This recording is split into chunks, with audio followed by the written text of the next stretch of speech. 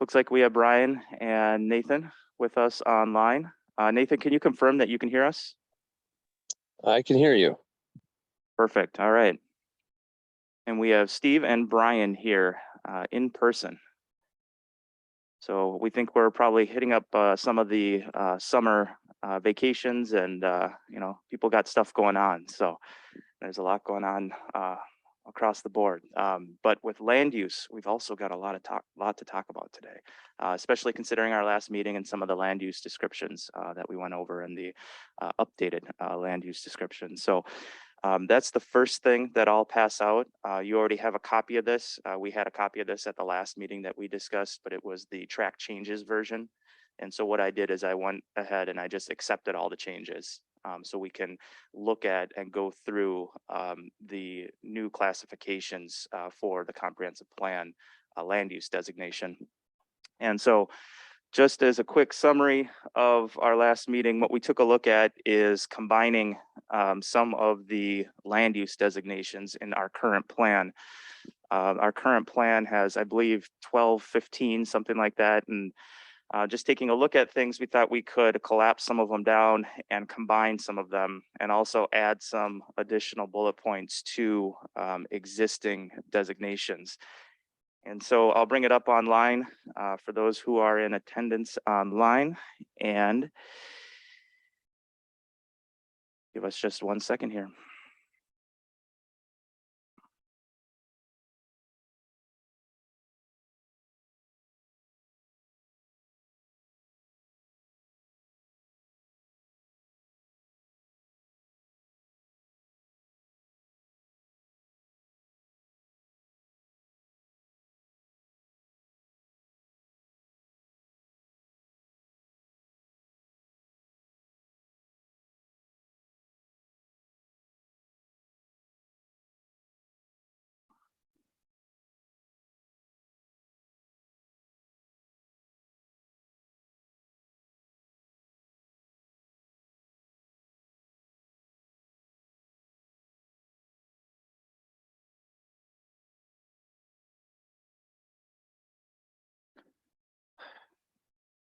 Reason it's not showing up here.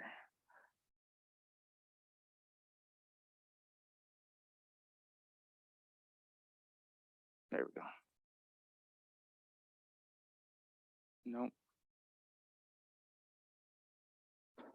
All right, so it's not coming up for me online here. So what I'm gonna do is go back to our old meeting and make some quick changes. So bear with me here.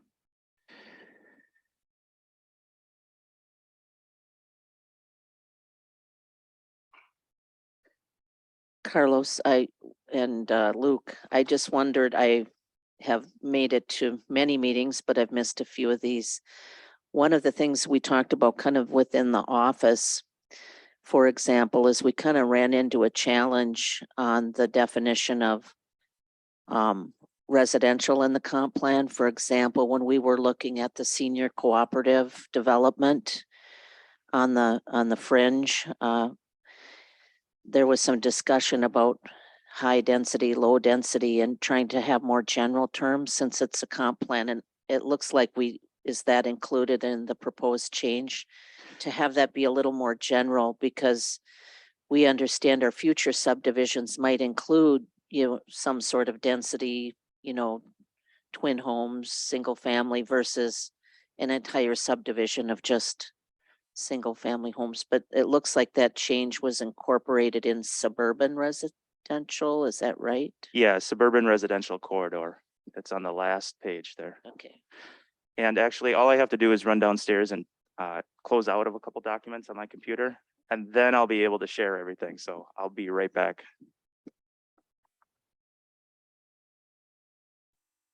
Luke, could you, while he's doing that, could I maybe ask you a question here on your handout?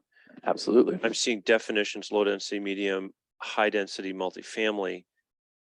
Help me. I'm sure it's obvious, but okay, thank you for the definitions. But how does this fit in with our proposal here? I'm looking at the definitions. Where does that come in? Yeah, so if you look at the right-hand column, and for those of you who are online, You might be familiar with what we were looking at last time here, and we'll pull it up shortly. We have the two columns. On the left is that future land use categories and description, and then on the right is really more density, intensity, and design. And there you'll see that we actually use the words, medium densities or lower densities, so that we're giving you those definitions so they correspond more, so that when you're looking at them in your head, you're going, oh, great, low density. It's going to be 1 unit per lot, basically, but we want to be able to allow things like twin homes. Or higher density. And I think the weirdest one there is going to be your downtown mixed use, which we just say greatest densities and heights. And there you might, if we end up changing any of that other language related to density, we always want to kind of keep a spectrum, right? What's going to be our greatest? It's going to be that downtown mixed use. So it's always going to be a higher density. That might not have answered your question based on the way you're looking at me. Yeah, we're getting there. So if we were to look at downtown fringe, and we look at the density column, and it says medium density, are we saying with our proposed change that in the if it's zoned downtown fringe, that it would allow 2 to 4 dwelling units per parcel?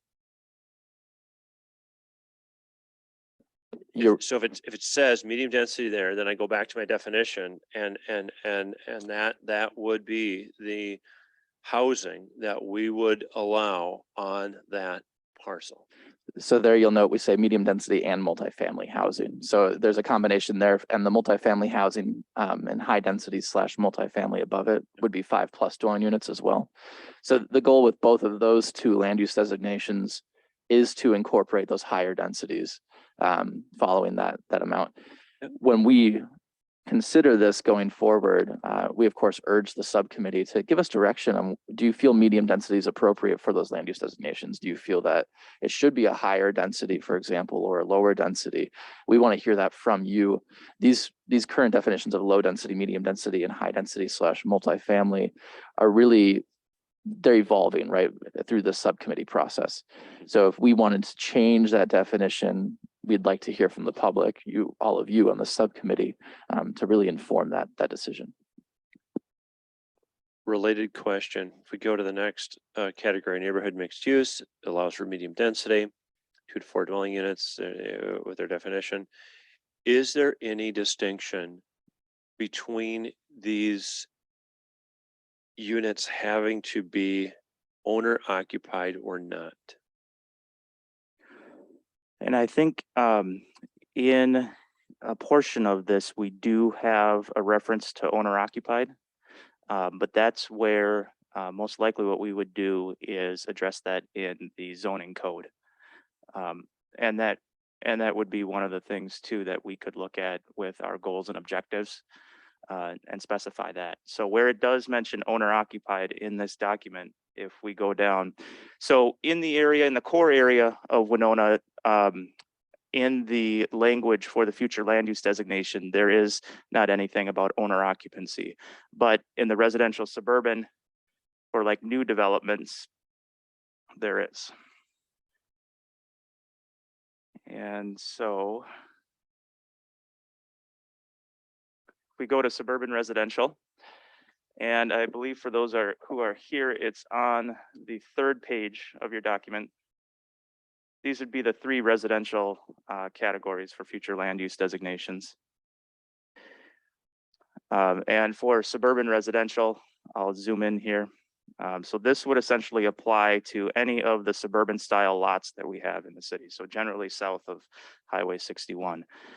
And this is where we take a look at a mix of housing styles, predominantly single family units or 2-family owner occupied dwelling units. So you think of existing subdivisions and some of the larger houses in like Valley Oaks that are currently zoned R1 or RS, single family. What you could do is have an owner occupied duplex in that dwelling. Now we could take a look at some specific standards on how we would permit something like that, such as through a conditional use permit.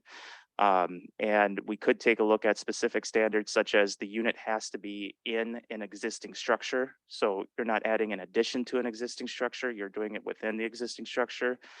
things that'll help maintain the character of the neighborhood while also allowing people to add in an additional dwelling unit to their house. And I'll note too, you can actually do this at this current point in time, except you can't put a stove in. So for every single family dwelling, no matter where you are in the city, you can have up to 2 rooming units and have up to 2 people come and stay in your house, and you can charge them rent.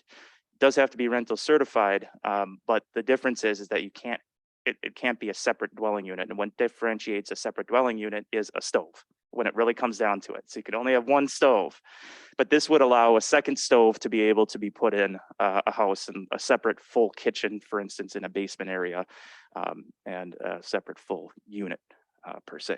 So that's where the owner occupancy comes in. And that's also something that related to the 30% rule. We're going to meet and talk to the city attorney this Friday about that, which is actually tomorrow already. And just see how that might work with the 30% in the core area of the city, and see if that would be an option for us to take a look at. In terms of owner occupancy requirement related to the 30% rule, and also owner occupancy just overall, even in blocks that aren't subject to the 30% rule. So that's one thing that I talked about at the last meeting, but I think is really truly key to helping to allow change in neighborhoods, allow additional units, but still maintain the character of the area. Brian, I always say Woodell, it's Woodley, isn't it, Brian? So, Brian, you've worked a lot on subdivisions, you know, in developing them and working with developers. I was looking at the 3rd bullet point. It seems like many of them in the outer valleys and up on the bluffs, it would be a challenge to incorporate connections without returning to the entrance. I noticed that's a bullet point, and I was just, that's not always possible, but that's just a suggestion. If there is a future connection plan, I think is what we're going with there. Is that right? And I was wondering about Brian's comments on subdivisions and challenges. Up on Garvin Heights, staff right away recognized that and did make connections to the existing subdivision to the east, and then a possible future one south and to the east, and then also to the west should it ever be developed. So we created those outlots to facilitate roads to go through there. But on a lot of the other bluff top developments, it'll just be in one road in, cul-de-sac, and out the same way, because there's just nowhere else to go.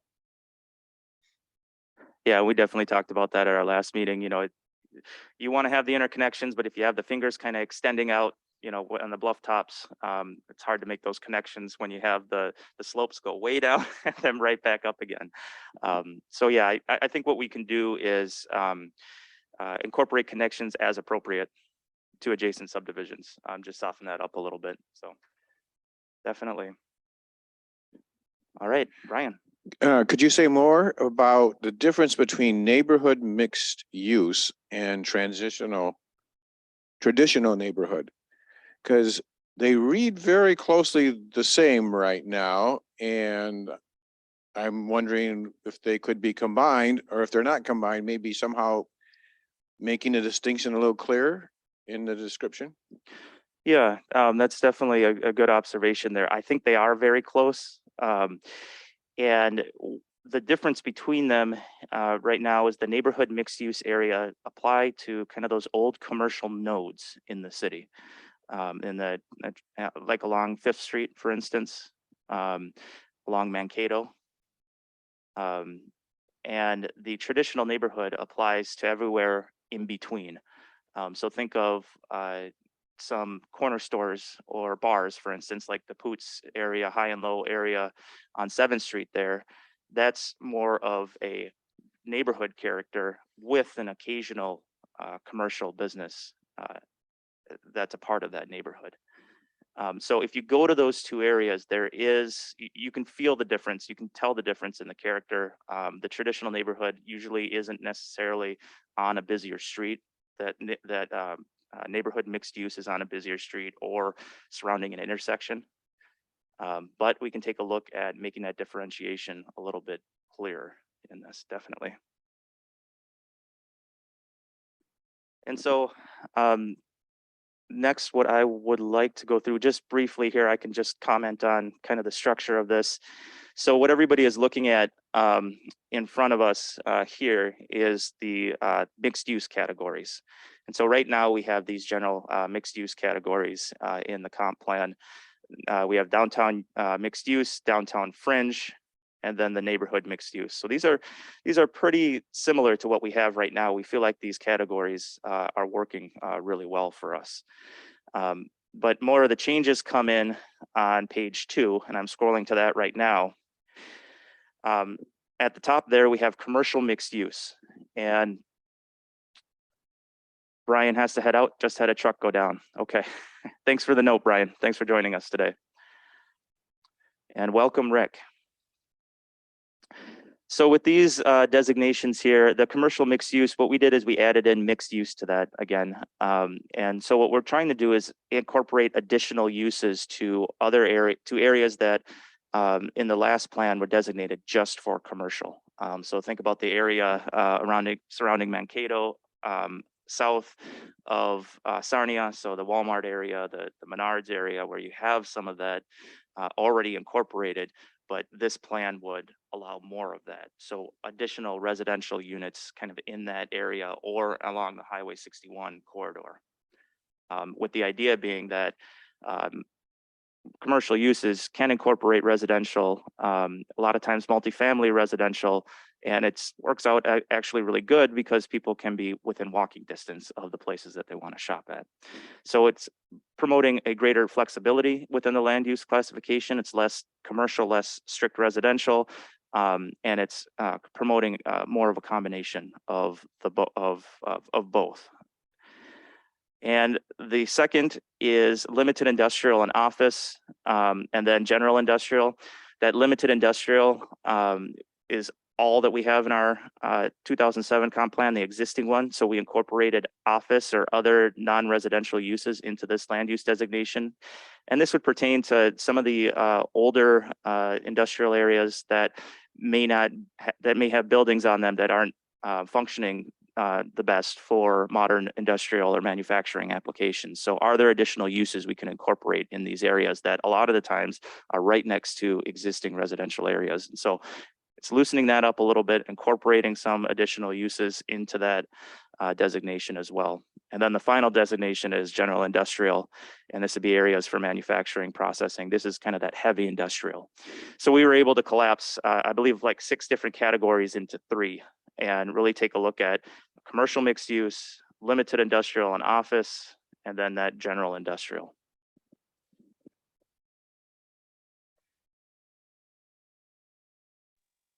Moving on, and we touched on this. Let me ask, Go ahead. sorry, this is a really specific question that just pertains to me. But so for example, our Winona Knitting Mills building used to be industrial. We've started converting it to office, but the back half of our property is really still very industrial. And so if we're on one lot, how do you differentiate the uses if they're happening within one parcel? And then also, is the newer designation that includes office, does that restrict it from turning back into industrial? So it would not restrict it from turning back into industrial. And currently your entire property is designated limited industrial. So it doesn't even mention the office portion of it right now. And so what we would do with the general designations is we would apply the designation to the predominant use on the parcel. So the use that takes up most of the parcel, and really what drives everything, which would be the zoning, the underlying zoning. So you take a look at these designations. These are just kind of a general broad description of what we want to see in the future. There may be heavy industrial uses right now occurring, but in the future, are those likely to remain? Maybe, and they can stay according to our zoning. But if they were to be replaced by office or light industrial, this would allow that. What this would what you could do under the existing zoning too is introduce new uses that would fit essentially and would be permitted under that existing zoning. But if someone were to purchase the property and want to rezone it to M2 or I2, which is our heavy industrial, they would have to get a comprehensive plan change and redesignate the property to use the entire property for that heavy industrial use. And so, like I said, your entire property right now is limited industrial. So if somebody purchased it, you wanted to just use the whole property back to that heavy industrial, Nathan, you would have to do a land use designation change and then a zoning change as well. Interesting. Okay, thank you.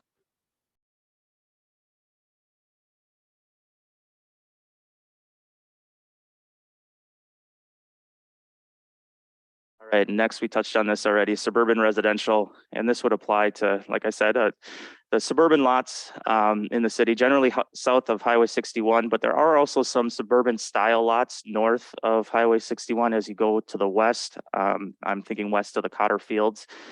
And really where you take a look at moving from the traditional neighborhood residential and traditional neighborhood pattern to the suburban, it's when the lots get wider and maybe not necessarily wider than they are deep, but you start seeing houses, instead of being narrow and long, wide and shorter. So there is some that Highway 61 line isn't a clear differentiation. There's going to be some intermingling as well, especially on the west side of town. Just a note there.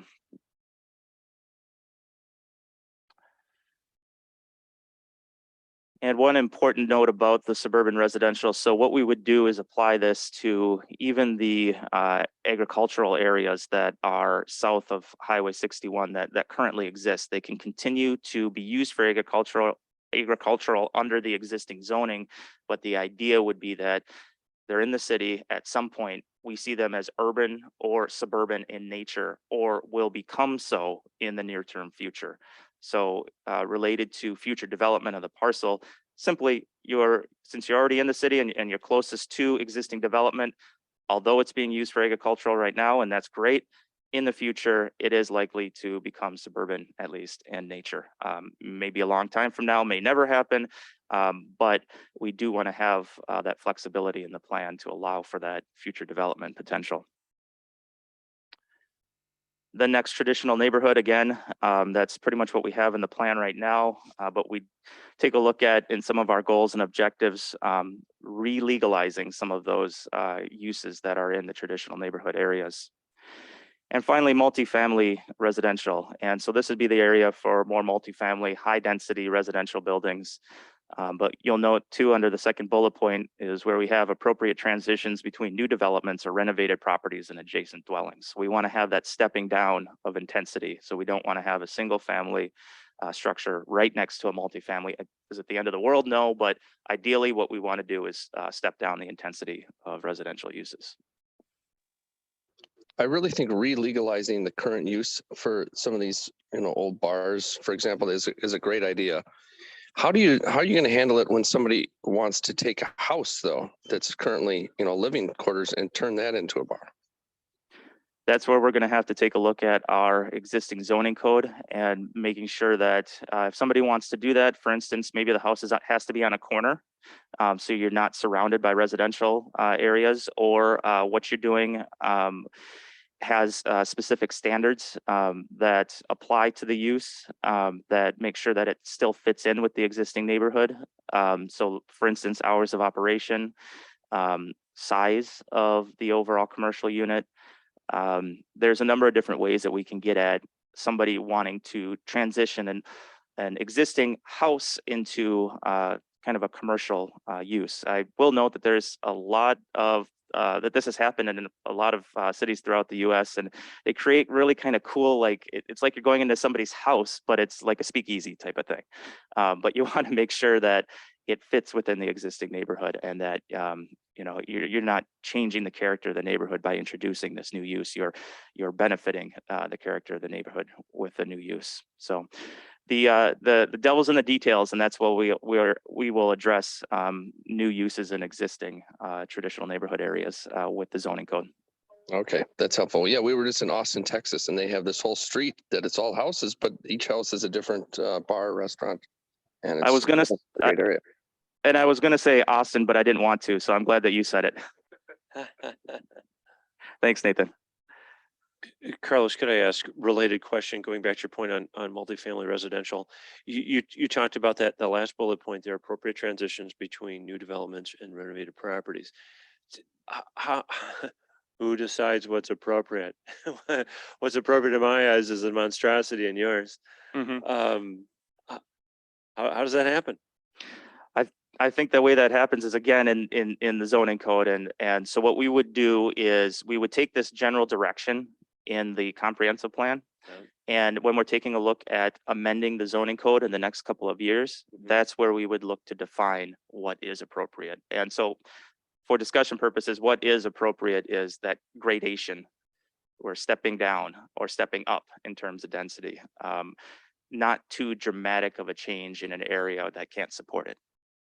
Okay, I would hope then in our zoning efforts that we'd bring clear detail to that. I don't want it to be, well, just because it's the right guy or right gal that applied, they get what they, well, I don't like that. Point, Steve. These are really general categories. So a recent example. So Riverway Learning wants to rent space over by the technical college in the Tandeschi building. And so it's zoned industrial and it requires a comp plan amendment because the school, it isn't designated in that particular land use. And then along with that would be a zone change. So the zoning is really, the devil is in the details part of it. And this is more the general. Does it make sense to even go to the next step, I guess? Right. One is up here and one's down here. Yeah, and exactly. So that to just pick up on that, trailing off of one's up here and one's down here, it's really, this is the general plan, right? The general direction. This is the land use plan. But the zoning that we expect to have considerably more detail. I mean, the actual zoning code is well over 190 pages. And there can be, to get to Carlos's point, there can be things like use specific standards, or we can legalize only accessory commercial units, which is a thing that people are pushing for now across the United States. Or you can have requirements that it has to be adjacent to another commercial building or adjacent to another duplex in order to move up to a fourplex. And I'm not suggesting that those are the final details, of course, but as we look at changing the zoning code, there are public hearings required to do so. The Planning Commission, of course, gets to weigh in, and the City Council, of course, gets to weigh in. So we're anticipating additional public process well above and beyond the general direction being set by the comprehensive plan.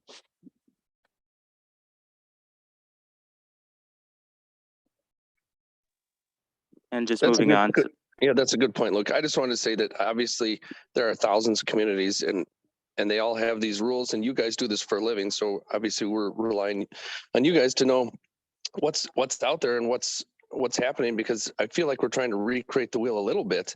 And if there's probably a lot of other people a lot smarter than us that have already done this. So if we can learn from them, I would expect that's probably what you guys are doing for us. So thank you. definitely. Thanks, Nathan. Appreciate it. All right, the next page for people who are here and those online, taking a look at outdoor recreation and open space.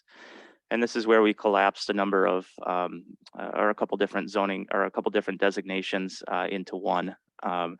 There was riverfront recreational before that really only applied to the marina. And there were a couple other designations that we just collapsed into this outdoor recreation and open space. So this includes both kind of recreation areas, so like the boat harbor, Dick's Marina, as well as Lake Park. Think about the multiple uses that go on there, and then open space as well. So this would be areas that are undevelopable and just designated as open space, undevelopable, usually due to environmental considerations. The next designation, this is semi-public and institutional, and this is where we would look to the planning efforts for some of the larger institutions in town here and designate the property accordingly. I'll note at our transformational project subcommittee meeting, we were talking about WSU's expansion and what they're looking at in terms of a field house in the future, and really the property between Main and Huff Street north of Sarnia. And basically all of that is already designated for a semi-public or institutional that would facilitate a project such as that. So that's where that's an example of how this would apply to areas such as that. You know, there are some houses in that area right now, but WSU has been acquiring them adjacent to the Quick Trip. And so they are interested in that general area for future expansion. And that's what this category would do. It would basically take a look at not just current, but future footprints of our institutional areas and create a designation specifically for that. And what that would also do is encourage us to create a new zoning classification for semi-public or institutional uses. Right now, semi-public or institutional uses are just permitted as one of the uses in our existing residential zoning districts, but that becomes an issue when you have semi-public or institutional buildings that are typically larger, taller, closer to property lines, generate more traffic than other residential uses. So you see people coming in for variances that perhaps may not be needed if it's already on the overall campus of an area. So for instance, the new WSU Foundation project where they're looking to add a dorm essentially in the campus area west of Main Street, they had to come in for height variance, and they had to do the same thing with, I believe, their past two projects because of that R2 zoning. But if we were able to create a new zone for the semi-public industrial use or some semi-public institutional use, they wouldn't have to go through the variance process. They would still have to go through the site plan process, and it would still be reviewed. It would just take away that extra step and would basically recognize the surroundings and recognize that these areas are already part of a campus that, although it works well with the residential area, is significantly different once you cross the street. Couple of quick questions on that one. What's the difference between large religious institutions and large religious facilities? That's a good question. I don't have a good answer for you. It just seems like it might be the same thing. And then in that, like an individual neighborhood church, is that come under this category, or is that more like mixed neighborhood? So generally right now, an individual neighborhood church, we would incorporate that under the traditional neighborhood classification. This would be larger campus style things. So where you're taking a look at an entire block or a significant piece of land where you don't just have the building, you may have offices that are related to it, you may have additional support style uses, but the church and the house that the pastor or the deacon lives in, that would just continue to be traditional neighborhood. Can you give me an example of one of those large, like with cathedral and diocesan? Is that underneath this? Because that's pretty much the block, isn't it? I think? Yes. Okay. Yep. So that would be the semi-public institutional education, definitely. Okay.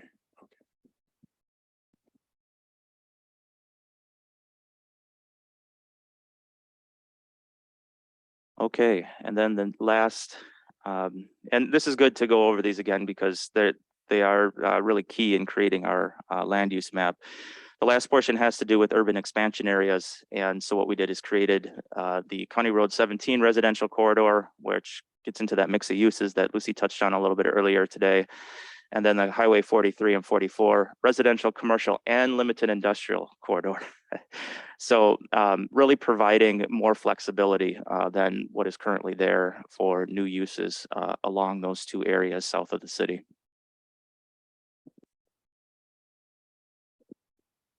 You mentioned how the corridors might differ a little bit from the 07 plan, like 44 was just residential. Yeah, and so and what Lucy is alluding to is in our existing plan right now, County Road 44 is primarily residential until you get probably about 5 miles outside of the city.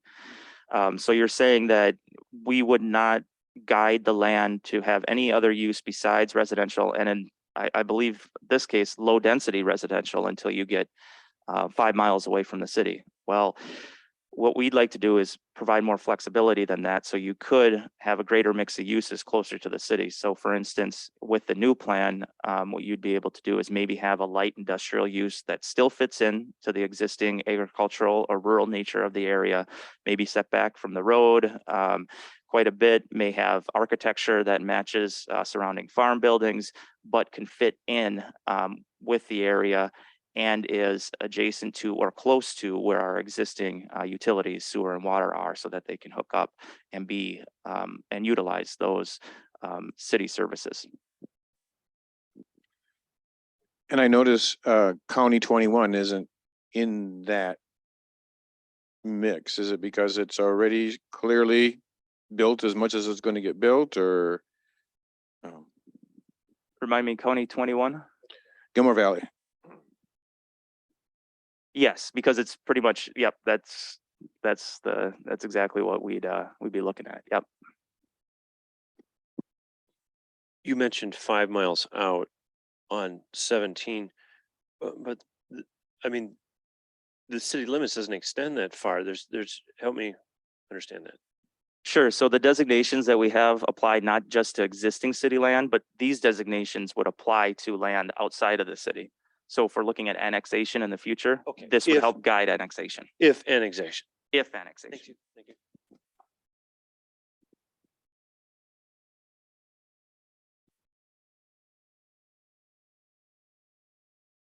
Any other discussion on these new classifications? Okay. Well, thank you again for your comments and the discussion on these. These are, again, very crucial in formulating the plan and applying them as we move forward. They are still in draft form though, so changes can still be made. So if I can, let me throw out a summary and then you correct me. So this is condensing some land use designations for the new comprehensive plan that will then possibly inform some zoning changes. I say that, you got that? And they won't possibly, they will inform zoning changes. So one thing that the comprehensive plan, the key of the core of the comprehensive plan is that you use the planning document in order to inform change of the zoning code. In the other areas of the state, it's mandated that you have to, like in the Twin Cities, the zoning code has to match your comprehensive plan within a certain amount of time, and you have to do it.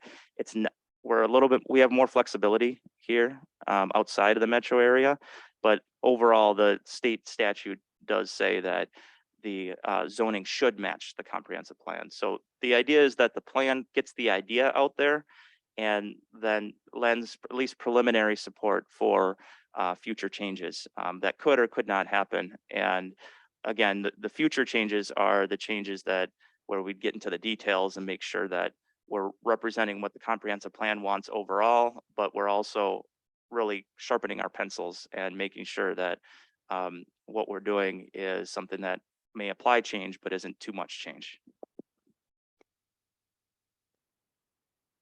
An example would be in our old plan.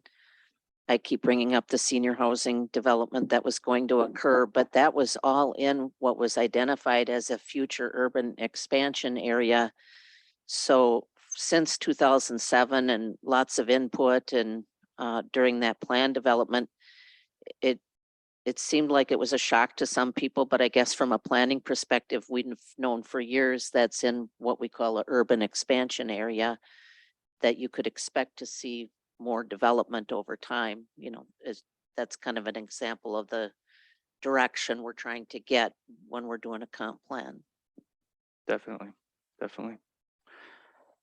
All right, the next thing I want to do is kind of switch gears here a little bit and start talking about some goals and objectives, at least plant the seed. I think we could get into this a little bit more at our next meeting. But what I'm going to do is just hand out, and Luke will hand out for those that are here, a template for goals and objectives. And maybe what we could do today is just see if we could take a look at this and then hit on some of the general themes that we have discussed up to this point.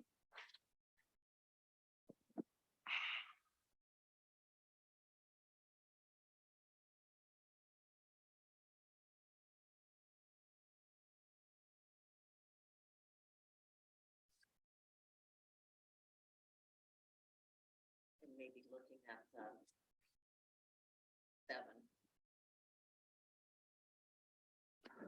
Definitely. So this is just a really quick template document that we'd be looking to fill in over the next few meetings here. It gives some definitions of goals, objectives, and strategies. So the committee, what we'd really like your input on is to help us craft the goals and objectives. And then what staff would do is take that back and create some strategies based on those goals and objectives and bring them back to the committee for review. So one example that would apply to the new land use committee or this land use committee, we've talked a lot about flexibility and expanded opportunities for redevelopment and new development. So the goal, just for example, would be that expanded opportunities for redevelopment and new development. And next, getting into objectives is a measurable result to help achieve that goal. So how do you expand opportunities? Well, you can facilitate development of vacant parcels. You can also facilitate redevelopment as well as new residential subdivisions.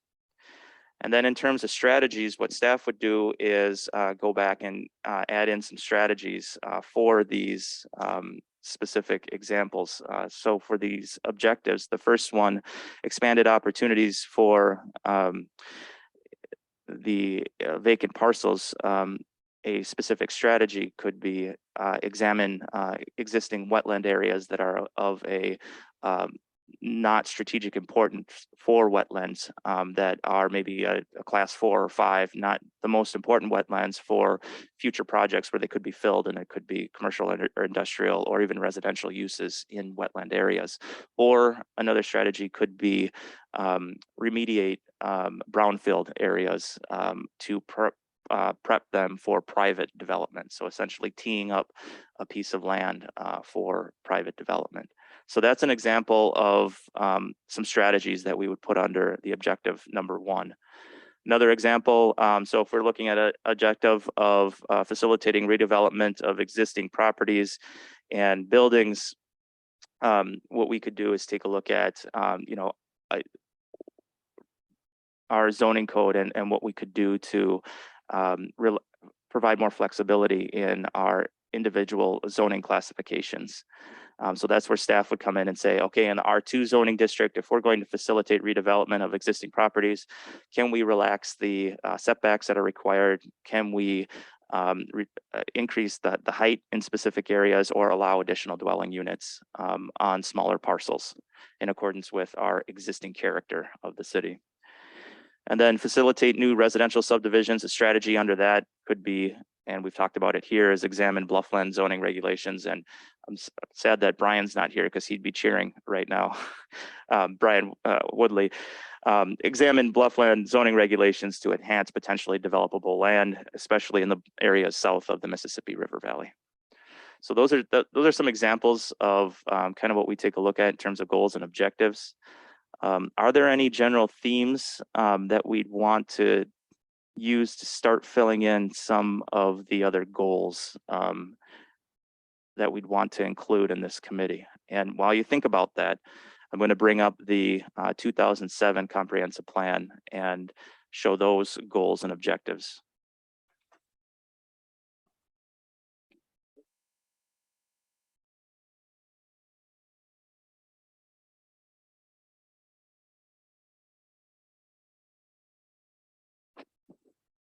And recognizing that, we're putting this on you right now, and we only have a few minutes left here in our hour.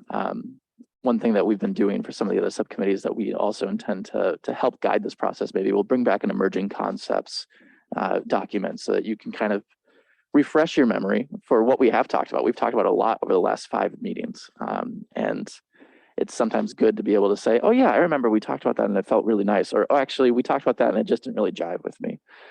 So while we're asking you for a first blush response right now, we can definitely formalize this a bit more so that we can walk through something together as well, as we want to actually create these goals and objectives. That's a good point, Luke. What we did on economic development, for example, is we looked way back to what Engage Winona did, and we made a box for that. Here's what the people think, and then we took the summary of the meetings and kind of made boxes to try to help organize it. And maybe it's homework for us. Carlos gave some examples there. I mean, those sounded like pretty good goals to me. What should we start with those? And I definitely think that we can add that in under the example if the committee is comfortable with that, and I can bring that back just for review. And in addition to that, we could take a look at some other ones as well. I'm thinking of things like maintaining neighborhood character while allowing for change being another goal. How can we do that? Well, an objective under that would be providing that gradual transitions between different land uses. And a strategy to do that would be enact appropriate zoning regulations, as we had discussed earlier. Another goal that I have here would be just that getting to that overall flexibility and increasing flexibility in zoning districts. So adding additional uses to zoning districts where appropriate. For instance, some of those office or residential uses in the limited industrial classification that currently doesn't allow dwelling units. But can you have dwelling units in the limited industrial areas where they do fit in? That's something that we could take a look at as a strategy. And then finally, efficient use of land adjacent to existing utilities. So that gets at what we look at in this plan is saying that we want to take a look at what's in the core area of the city, what's adjacent to existing utilities when considering future expansion. You'll see we actually just have two goals with a number of objectives in the existing comprehensive plan. There's policies and actions as well. But what we'd look to do is just condense everything to a set of goals and objectives. And so you'll see, and I should back up a little bit, you'll see for goals and objectives, you have a goal followed by multiple objectives. For this new plan, we just want to have a goal followed by one or multiple objectives, but then under each objective right away, we'd have those strategies identified. So that it's hopefully creates a more cohesive document than having to look in multiple different places.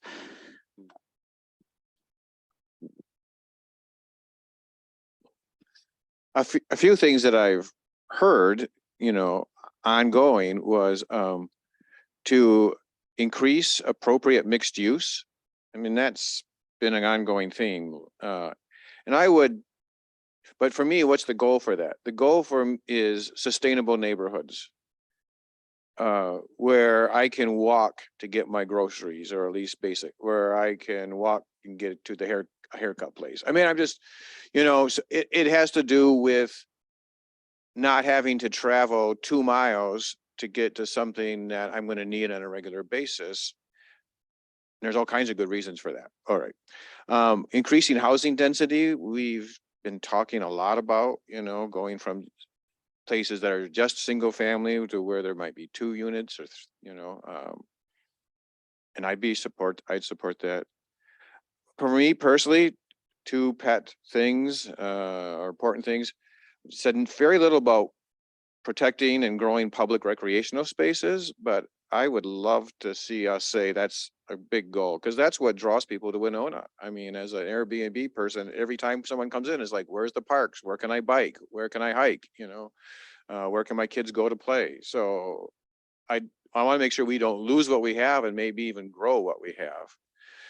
And then finally, dear to my heart, I'm going to go work on habitat right after this. I volunteered the Catholic Worker. We got to keep finding ways to provide land for low income people, because they exist in our community. They're struggling. I know we have programs that help, and there's some good things going on, but I just want to I'd love for us to keep that as something that we are always mindful of. Very good.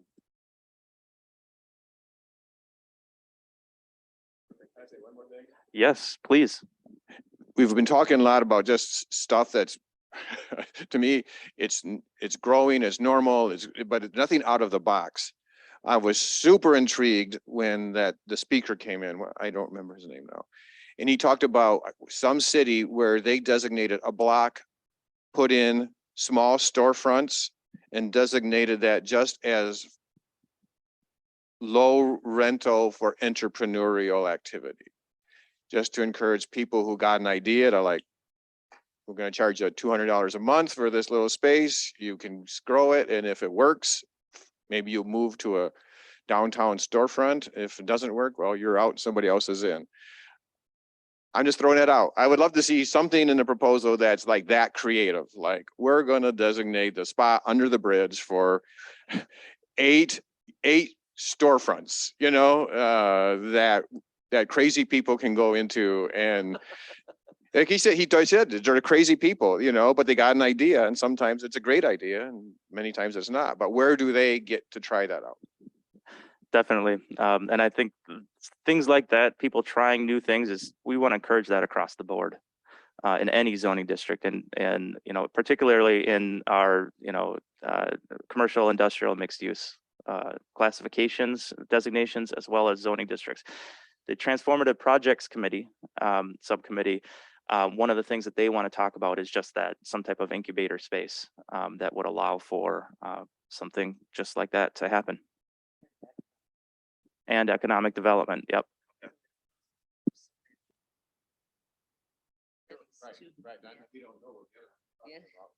Definitely. Thanks for that, Steve. Is the garage space still functioning? Is that? Do you know what I'm talking about? Yes, the garage is no longer exists. Okay. So that was an effort to create a space, an incubator space. The Port Authority loaned some money for it. It was really an effort with the colleges and the chamber, and you know, it did provide a great service, information, education, and space for some small people who had offices in there. And so it was good. We learned a lot about what works and what doesn't work, and things that have to be addressed. But it does take, you know, time, money, and collaboration to make things like that work. So I wrote down a few things here. Thank you for the answer. Wrote down a few things here. I'm not sure these are goals, but these would maybe be values that we might use in our work. Simplify and clarify. Okay, keep it simple. Okay, and then transparency and fairness. That's a high value for me. It's you've heard, as we've gathered over the past few weeks, you've heard me say, what are the unintended consequences? And so it's I would not want an individual or entity to come in and say, now I see an entry point, and to create something we didn't intend, to create something that we're unhappy with. So again, simplify, clarify, and transparency and fairness. All right. I'll turn to those online. Nathan or Rick, any other closing thoughts or comments? I don't have any. I think, you know, the main objective is just to, you know, we want more density downtown, a more thriving downtown. And, you know, allowing that to happen so that Winona can grow. So I think that's been covered. So jumping back to, I don't know who made the comment, but about the park and rec area, and this is probably falls more under the transformative projects, but you know, we are the land use subcommittee. I think, you know, utilizing, finding a way, I don't know, maybe it doesn't fit in our goals, but to put something about a riverfront trail on there, I feel like that is such a no-brainer. And we've got, you know, half of the half of the businesses along the river would welcome it and the other half are sort of fighting it. But what it would provide for the community as a whole is just way over and above any downfalls that I see. So I don't know if that's probably not quite an appropriate goal for our group. I do think the sort of, maybe this is again a transformative project, but finding a way to utilize more of this, I don't want to call it a wetland because that sort of has protected connotations, but underutilized land to our east that is south of the train tracks, but north of 61. If there's a way to fold that into a goal. And then to talk a little bit about this incubator, the fact that the garage sort of tried it and had all the right people at the table and failed. I mean, it has to at some point make money. And I don't want to toot my own horn too much, but I would welcome anyone that wants to come down to our WCAM building. We have over 50 tenants. We've got spaces as small as $150 a month. And we have worked with hundreds of businesses over the years that have started. We provide networking, we sort of provide business coaching, and we've helped these people grow. A lot of them are still with us. They've grown in some cases from renting a space that takes $100 a month to $3,000 a month. And there's businesses that have totally outgrown us and bought buildings in town. So I just wanted to let people know that there is already sort of an incubator in town, and we're happy to talk to anyone that's interested. Wonderful. Thank you, Nathan. Thanks for bringing that up too. And yeah, I love that building because there's so many different people there that provide such tremendous services. Everything from a tattoo artist that I went to at one point to the Chamber of Commerce. So one thing I want to do too here, right as we sum up, is make sure we establish a future meeting date. What I'd like to do is look out another 2 weeks here and keep this committee on a pretty regular bi-weekly meeting basis here, or every 2-week meeting basis, just because of the kind of the heavy lift that this chapter is in the comprehensive plan. So the next date would be the 21st of July at 8:30. That would work for me. Okay, all right.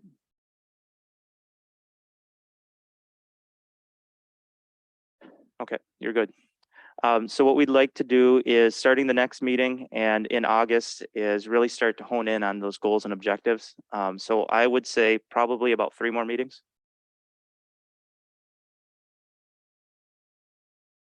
And so for the next meeting, what we'll do is take a look at, since we kind of firmed up those zoning the land use designations, we'll take a look at applying those to the map.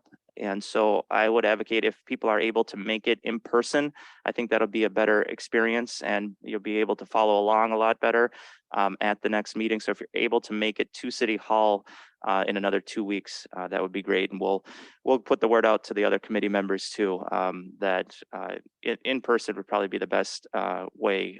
But if you can only participate on Zoom, then please join us there as well.